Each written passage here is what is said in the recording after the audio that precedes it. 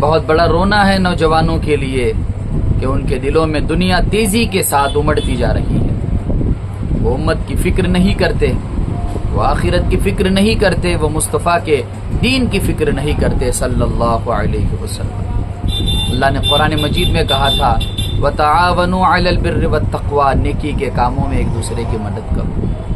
وَلَا تَعَاوَنُوا عَلَى الْإِثْمِ وَالْعُدْوَانِ، گناہوں کے کاموں میں، معصیت کے کاموں میں ایک دوسرے کی ہرگز مدد نہ کرو. اللہ نے بار بار کہا وَاتَّقُوا اللَّهَ وَاتَّقُوا اللَّهَ، اللہ سے ڈرو. ہم اللہ رب العزت سے ڈرنے کے بجائے پوری دنیا کے لوگوں سے ڈرنا ہم نے شروع کر دیا. نوجوانوں، تمہارے دلوں کو ٹھنڈک میوزک سے نہیں ملے گا، گانوں سے نہیں ملے گا، سر تال سے نہیں ملے گا. تمہارے دلوں کو ٹھنڈک اللہ کی یاد سے ملے گا. الا بذکر اللہ تطمئن القلوب، سنو اللہ کی یاد سے دلوں کو اطمینان قلب حاصل ہوتا ہے. کمائی کے معاملے میں اندھا دھند کمائی نہ کیجیے، حرام حلال کی تمیز کی جائے. دیکھا جائے کہ میں اپنے بچوں کے منہ میں جو نوالا ڈال رہا ہوں اس میں خون تو نہیں لگا، اس میں لاچار بے بس لوگوں کی بد دعائیں تو نہیں لگی. یہ بھی تو جائزہ لے. ایک دن مرنا ہے، آخر موت ہے. کر لے جو کرنا ہے، آخر موت ہے. ہمیشہ رہنے کے لیے تو اس دنیا میں نہیں بھیجا گیا. کل نفس ذائقۃ الموت، زندگی کی سب سے بڑی حقیقت یہ ہے کہ اسے زمین میں دبنا ہے، ہڈیاں بن جانا ہے. جس چہرے کو روزانہ دھوتے ہو، واہ واہی بٹورتے ہو لوگوں کی، کیا خوبصورت نظر آ رہے. یہ چند دن کا کھیل و تماشا ہے، پھر اس کے بعد آنکھیں بند ہونی ہے. لہٰذا اصل دین کی طرف آئی. لہٰذا اپنے دلوں کو مطمئن کر لیجئے اللہ کے ذکر سے. میوزک کو پوری طرح سے اوائڈ کر دیجئے، حرام کاموں کو پوری طرح سے چھوڑ دیجئے. یہ نہیں کہ تھوڑا کر لیا تھوڑا چھوڑ دیا، نہ. محمد الرسول اللہ صلی اللہ علیہ وسلم کی اطاعت میں، اللہ کی بندگی میں اپنی زندگی گزار دیجئے. اطیعوا اللہ واطیعوا الرسول واولی الامر منکم فان تنازعتم فی شیء فردوه الی اللہ والرسول. اور قرآن نے کتنی مرتبہ بھی کہا اطیعوا اللہ واطیعوا الرسول، کہ اللہ کی اطاعت کرو، محمد الرسول اللہ کی اطاعت کرو. قل ان کنتم تحبون اللہ فاتبعونی یحببکم اللہ یغفر لکم ذنوبکم. کیا کچھ نہیں اللہ نے بیان کیا. اگر تم یہ چاہتے ہو کہ اللہ تم سے محبت کرے تو تمہیں محمد الرسول اللہ کی اتباع کرنی ہے، محمد الرسول اللہ کی اطاعت کرنی ہے. محمد الرسول اللہ نے جس طرح سے زندگی گزارنے کو کہا ہے اس طرح سے زندگی گزارنی ہے. فقط نماز پڑھنے سے، فقط 2-3 روپے صدقہ دینے سے، فقط ایک آدھ مرتبہ حج یا عمرہ کرنے سے، فقط سال میں 1 مرتبہ زکوٰۃ دینے سے کیا ہم نے اپنا فریضہ انجام دے دیا؟ بھائی میرے ذمہ اتنا ہی تھا. نہیں، دین بہت بڑا ہے، یہ عبادات ہے. معاملات کا دین کون سیکھے گا؟ معاشرت کا دین کون سیکھے گا؟ بیوی کے ساتھ حسن سلوک کون کرے گا؟ ماں باپ کے ساتھ حسن سلوک کون کرے گا؟ اولاد کی پرورش صحیح سے کون کرے گا؟ دنیا میں رہنے کا، دنیا میں جینے کا سلیقہ، طریقہ، ہنر، ڈھنگ کون سیکھے گا؟ یہ بات سب سے زیادہ اہم ہے، سب سے زیادہ ضروری ہے.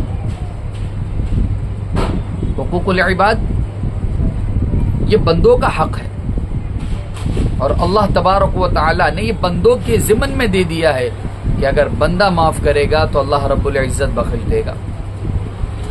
بندہ نہیں چاہتا کہ آپ نے جو اس کا حق چھینا ہے، زمین چھینی ہے، پیسہ چھینا ہے، یا اسے بے عزت کیا ہے، آپ نے اس کی عزت کو نیلام کیا ہے، تار تار کیا ہے، کسی کی بہو بیٹی کو اس کے گھر میں بٹھا دیا ہے. یاد رکھو اس کے تعلق سے تو حساب ہوگا. ہماری گفتگو کا جو آج کا حاصل ہے، مقصد ہے، وہ یہی ہے کہ نوجوان دین کو سمجھے، دین کو سمجھے کہ دین کتنا بڑا مشن آپ کے ذمے کیا گیا ہے کہ آپ کو مسلسل فکر کرنی ہے. جیسے ایک پانی ٹپکتا ہے پتھر پہ، بار بار بار بار ٹپک کر وہ پانی راستہ بنا لیتا ہے، پتھر کو چیر دیتا ہے. اسی طرح اپنے گھر والوں پر محنت کی جائے، اپنے رشتہ داروں میں محنت کی جائے، آہستہ آہستہ انہیں نمازوں پر، روزوں پر، صدقہ و زکوٰۃ پر، حج و عمرہ پر اور الکلمۃ حق عند سلطان جائر کی طرف انہیں لایا جائے.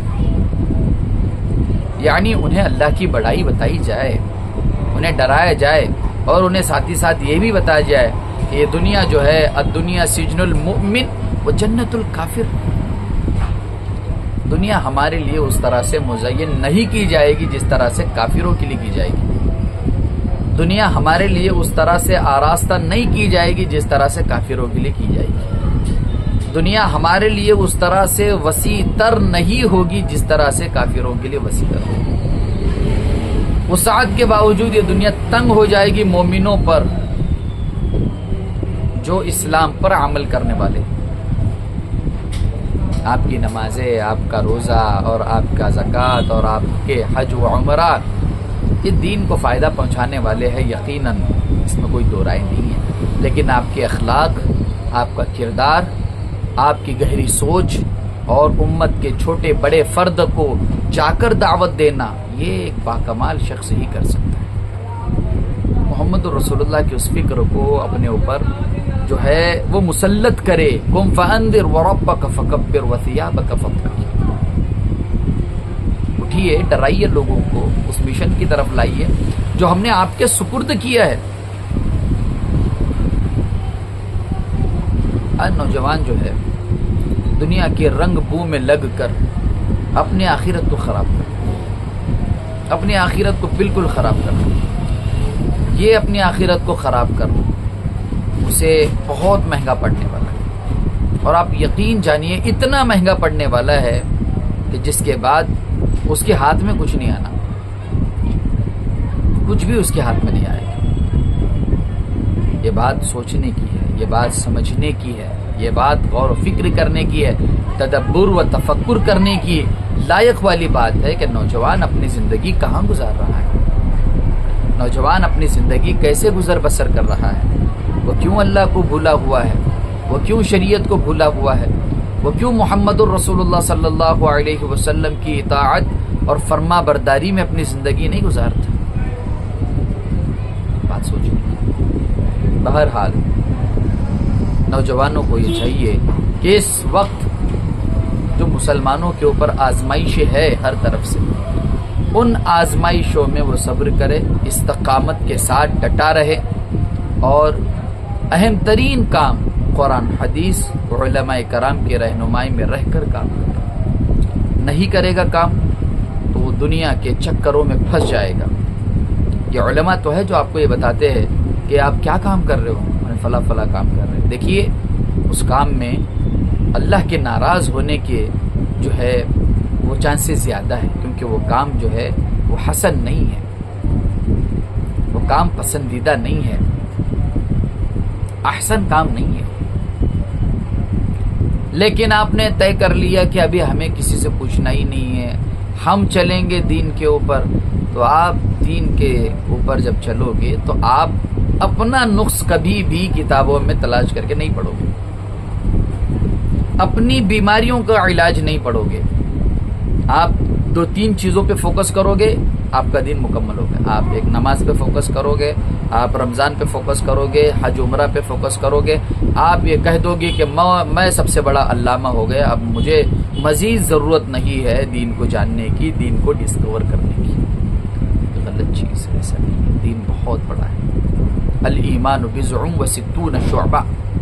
حیا، پاک دامنی.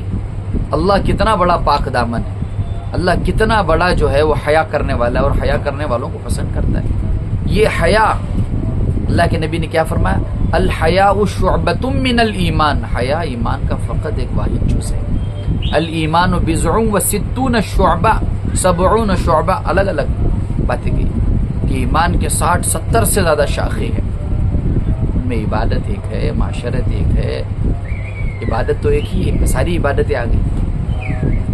تو عبادت کو لے کر باقی پورا دین چھوڑ دینا، اس سے اسلام کی تبلیغ نہیں ہوگی. آپ آئیے مسجد میں خشوع و خضوع کے ساتھ نماز پڑھیے. یہ نماز آپ کے لیے، مارکیٹ کے لیے کیا دیا آپ کے اخلاق، آپ کا بول چال، آپ کا کردار، لین دین، نرم گفتگو، اچھی سوچ، وسیع ذہن یہ نہیں ہے.